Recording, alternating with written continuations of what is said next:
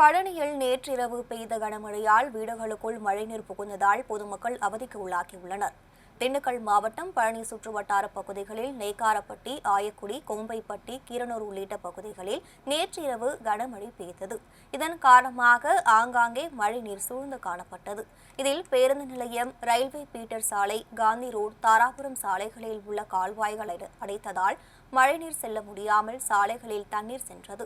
அதிகளவு பெய்த மழையால் நீர் சூழ்ந்ததால் வாகனங்களை வாகன ஓட்டிகள் இயக்க முடியாமல் அவதியடைந்தனர். மேலும் குடியிருப்பு பகுதிகளில் வீட்டிற்குள் புகுந்ததால் பொதுமக்கள் அவதியடைந்தனர்.